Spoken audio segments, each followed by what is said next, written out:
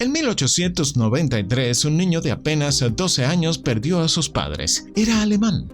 Se llamaba Hans Wilsdorf y no lo sabía aún, pero esa tragedia marcaría el inicio de una de las historias más impactantes en la historia de los negocios. Huérfano, sin una guía ni seguridad, heredó una pequeña suma de dinero que representaba su única base para sobrevivir. Pero incluso eso le fue arrebatado cuando, años después, fue víctima de un robo durante un viaje. Sin recursos, sin respaldo y sin familia, Hans mantuvo encendida una única chispa: su obsesión por los relojes.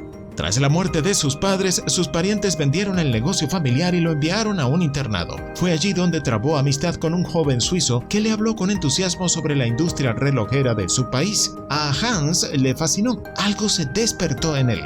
A los 19 años tomó una decisión drástica. Dejó Alemania y se instaló en Suiza, el corazón mundial de la relojería. Su primer empleo fue en la empresa Cunha Corten, donde debía comprobar la precisión de cientos de relojes cada día. Esa tarea mecánica y meticulosa lo conectó aún más con el propósito que empezaba a tomar forma: crear relojes que fueran perfectos.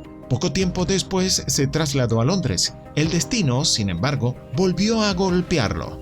El dinero que había heredado de sus padres, unos 3.300 marcos de oro, le fue robado durante el viaje. Pero en lugar de rendirse, Hans adoptó una mentalidad que lo acompañaría toda su vida. Si no hay otra opción más que avanzar, avanza. Consiguió empleo en una compañía de relojes, esta vez en el área de ventas y marketing. Durante los siguientes 2 años absorbió todo lo que pudo sobre manufactura, comportamiento del consumidor y estrategias comerciales. Y entonces hizo un descubrimiento clave. Mientras los fabricantes competían por diseñar relojes ornamentados y decorativos, lo que los consumidores querían eran piezas simples, duraderas, precisas y elegantes. Allí nació una oportunidad.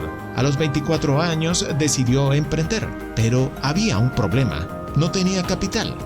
La solución la encontró en su cuñado, quien se convirtió en socio financiero. Así nació la empresa Wilsdorf & Davis en el año 1905. Desde el principio el enfoque fue claro: relojes útiles para viajeros. El primer producto, el Portfolio Pocket Watch, era más pequeño que los de la competencia y venía en una funda de cuero de alta calidad. Fue un éxito inmediato. Sin embargo, Hans intuía que el futuro no estaba en los relojes de bolsillo. Su visión apuntaba a los relojes de pulsera, a pesar de que en ese momento eran vistos como accesorios femeninos. Para cambiar esa percepción, en 1906 lanzó relojes con correas de oro y plata que imitaban la forma de brazaletes. Los llamó Bracelet Watches, no Wristwatches. Fue un golpe maestro. Hombres y mujeres empezaron a usarlos. Y entonces surgió otro detalle estratégico: el nombre. Hans no quería que su marca llevara su apellido ni el de su socio, como era costumbre. Quería un nombre corto, memorable, pronunciable en cualquier idioma y fácil de colocar en la esfera del reloj. Después de probar más de 100 combinaciones, nació Rolex. En 1908 registró oficialmente la marca. ¿Sabías que Rolex fue el primero en crear un reloj impermeable? Comenta abajo. A medida que Rolex comenzaba a consolidarse como marca, Hans sabía que no bastaba con fabricar relojes bonitos o populares. Tenían que ser los más precisos del mundo. Hasta entonces, los movimientos internos de los relojes de pulsera eran poco confiables y ninguna marca había logrado superar ese límite técnico. En 1910, Hans tomó una decisión crucial: dejar de importar movimientos suizos y desarrollar los suyos propios. Se sumergió en el estudio de la horología, con una obsesión casi científica.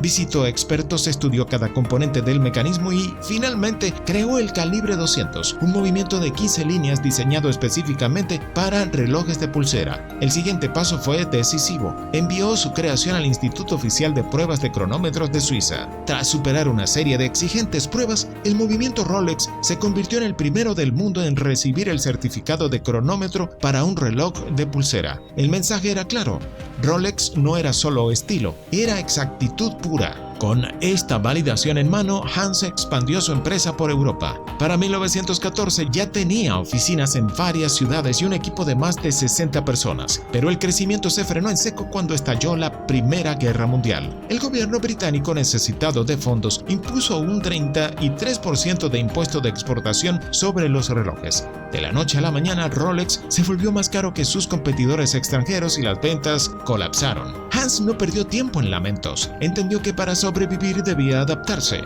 Movió su sede a Suiza, cambió el nombre de la empresa a Rolex Watch Co. Ltd. y reinició muchas operaciones desde cero. Fue una apuesta arriesgada, pero estratégica. Durante la guerra detectó un nuevo comportamiento en el mercado. Los soldados necesitaban relojes resistentes para coordinar sus movimientos. Los de bolsillo eran poco prácticos. Para consultar la hora, un soldado debía bajar el rifle, abrir el abrigo y sacar el reloj. Hans vio la oportunidad y lanzó los Trench Watches, relojes de pulsera resistentes con vidrio irrompible y manecillas luminosas de radio que podían leerse en la oscuridad. Fue un éxito inmediato.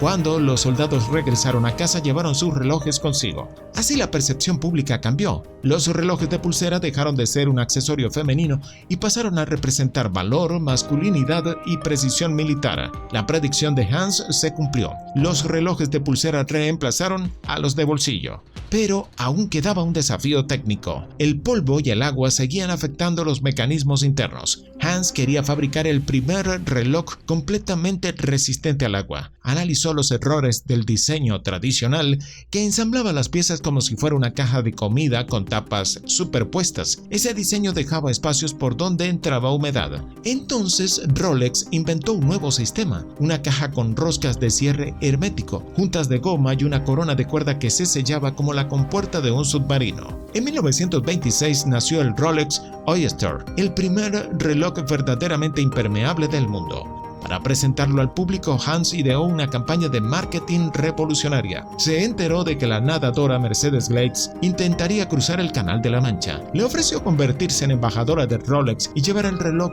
colgado al cuello durante el intento. Aunque Mercedes no logró completar la travesía, el Oyster sobrevivió intacto después de 10 horas en el agua. Ese solo hecho convirtió al reloj en leyenda.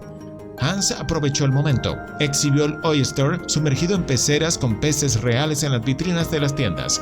Contrató a celebridades como Evelyn Leigh, quien aparecía en anuncios con la mano dentro de una pecera usando su Rolex. La marca no solo dominaba en innovación, sino también en marketing emocional y de impacto. Rolex ya no era una promesa, era una revolución silenciosa en la muñeca de quienes buscaban más que un reloj. Querían confiabilidad, prestigio y visión de futuro. En 1960, Rolex lanzó el Deep Sea Special, un reloj diseñado para resistir condiciones extremas. Lo pusieron a prueba descendiendo junto al batiscafo Trieste hasta más de 11.000 metros de profundidad en la fosa de las Marianas. Cuando emergió, seguía funcionando perfectamente. Así, Rolex demostró que sus relojes no solo eran precisos, eran indestructibles.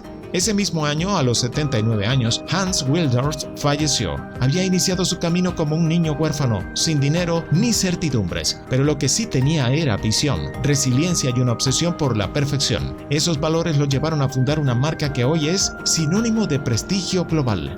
Wilsdorf entendió que el éxito no consiste solo en fabricar un buen producto. Se trata de crear una marca con propósito, con significado. Rolex no se limitó a dar la hora. Dio confianza, elegancia, fiabilidad. Fue innovación constante, adaptabilidad en crisis y visión comercial impecable. Su historia deja una enseñanza clara. Los grandes imperios no nacen de la comodidad, sino del fuego de la adversidad. Y cuando entiendes lo que realmente valora tu cliente, no vendes relojes, construyes símbolos. Detrás de cada gran marca hay una historia que merece ser contada. Dale like si te inspiró esta historia. Si te gusta descubrir casos reales de éxito, suscríbete, comenta, activa la campanita y no te pierdas los próximos videos.